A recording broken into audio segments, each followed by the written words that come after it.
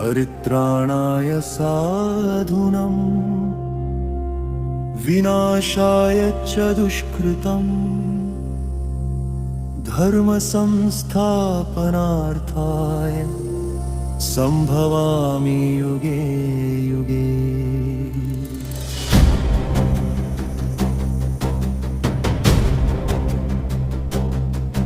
நல்லவர்களை காப்பாற்றவும் தீயவர்களை அழிக்கவும் தர்மத்தை நிலைநிறுத்தவும் நான் யுகம் யுகமாக அவதரிக்கிறேன்.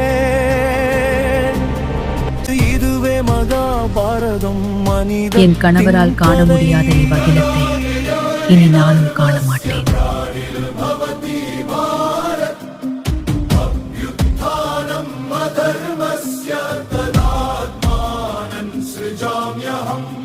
எப்பொழுதெல்லாம் தர்மம் குறைகிறதோ அதர்மம் அதிகரிக்கிறதோ அப்பொழுதெல்லாம் நான் இந்த உலகில் அவதரிக்கிறேன். சம்பவாமி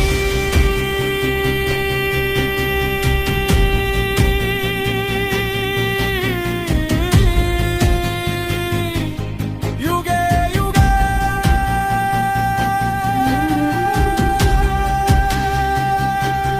சம்பவாமி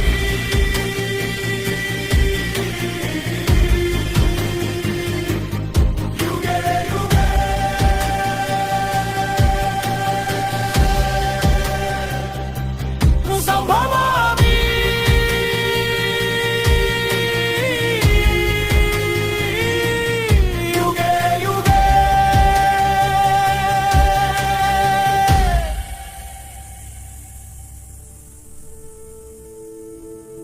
வியாசர் பிறந்த கதை.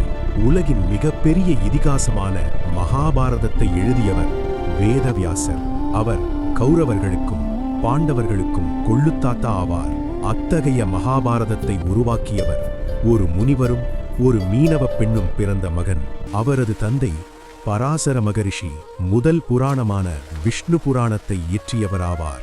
இவர் ஒருமுறை யமுனை நதியின் அருகே பயணித்துக் கொண்டிருந்தபோது நதியை கடக்க தன் மரப்படகில் பயணிகளுக்கு உதவி செய்து கொண்டிருந்த மீனவ குடும்பத்தை சேர்ந்த ஓர் இளம் பெண்ணைக் கண்டார்.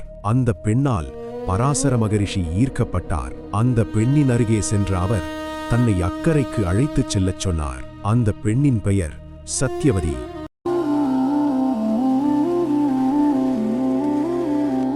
மங்கையே, உன் அழகு சாதாரணமல்ல, இது தெய்வீகமானது. நான் உன்னை விரும்புகிறேன்.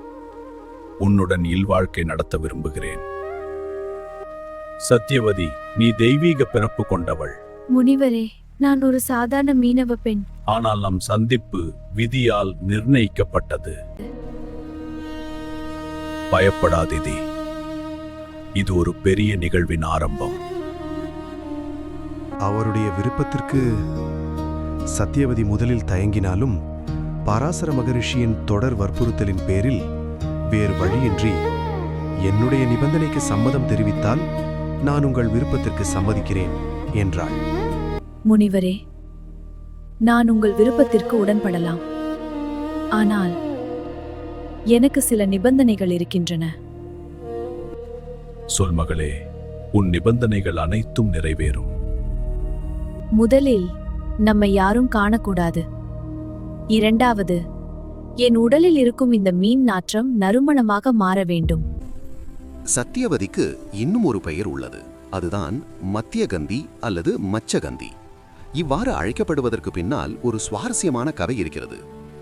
மச்ச என்றால் மீன், கந்தி என்றால் மணம் கொண்டவள், அதாவது மீன் வாசனை வீசுபவள் என்று பொருள்.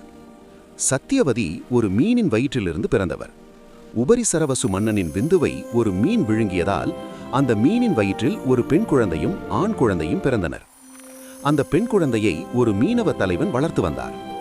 மீனின் வயிற்றிலிருந்து பிறந்ததாலும் மீனவர்களுடன் வளர்ந்ததாலும் அவரது உடலில் எப்போதும் மீன் விடைத்த நாற்றம் வீசிக்கொண்டே இருந்தது. இதன் காரணமாகவே அவர் மச்சகந்தி என்று அழைக்கப்பட்டார். சத்தியவதி தனது உடலில் வீசும் மீன் நாற்றத்தை பற்றி கவலைப்பட்டார். அப்போது பராசர முனிவர் தனது தவசக்தியால் சத்தியவதியின் உடலில் இருந்த மீன் நாற்றத்தை நீக்கி ஒரு யோசனை தூரம் வரை வீசக்கூடிய நறுமணமாக மாற்றினார்.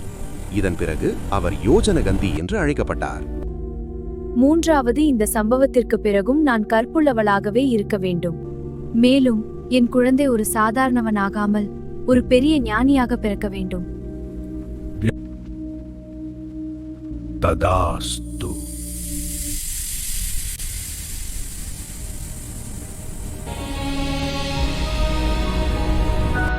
அந்த தீவில் ஒரு மகன் பிறந்தான். அவன் சாதாரணவன் அல்ல, உலக வரலாற்றை மாற்றப் போகிறவன்.